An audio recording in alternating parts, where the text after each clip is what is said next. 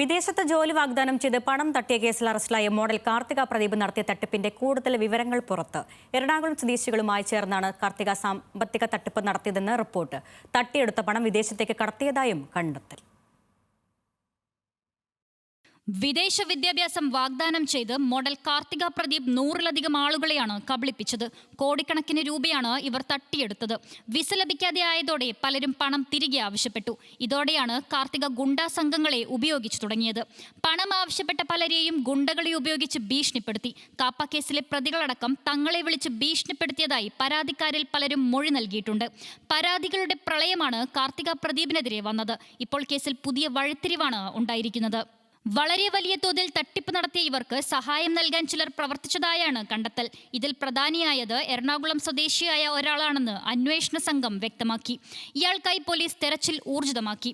വിദേശ രാജ്യങ്ങളിലെ സൂപ്പർമാർക്കറ്റുകളിൽ തൊഴിലവസരമുണ്ടെന്നായിരുന്നു കാർത്തികയുടെ സ്ഥാപനത്തിന്റെ പ്രധാന വാഗ്ദാനം. സ്ത്രീകളായിരുന്നു ഇവരുടെ കെണിയിൽ വീണവരിൽ ഏറെയും. തട്ടിയെടുത്ത പണം ഉപയോഗിച്ച് ആഡംബര ജീവിതം നയിക്കുകയാണ് പ്രതി ചെയ്തതെന്നും നിലവിൽ കാർത്തികയുടെ ബാങ്ക് അക്കൗണ്ടുകൾ കേന്ദ്രീകരിച്ച് അന്വേഷണം പുരോഗമിക്കുകയാണെന്നും പോലീസ് പറയുന്നു. തട്ടിയെടുത്ത പണം വിദേശത്തേക്ക് കടത്തിയതായും കണ്ടെത്തിയിട്ടുണ്ട്. 10 കോടിയോളം രൂപ തട്ടിയെടുത്തിട്ടുണ്ടെന്നാണ് പോലീസിന്റെ പ്രാഥമിക നിഗമനം. പണം നഷ്ടമായവരെയും കാർത്തികയ്ക്ക് വേണ്ടി ഭീഷണിപ്പെടുത്തിയ ഗുണ്ടാ സംഘങ്ങളെയും പോലീസ് ചോദ്യം ചെയ്യുന്നുണ്ട്. ന്യൂസ് മലയാളം, കൊച്ചി.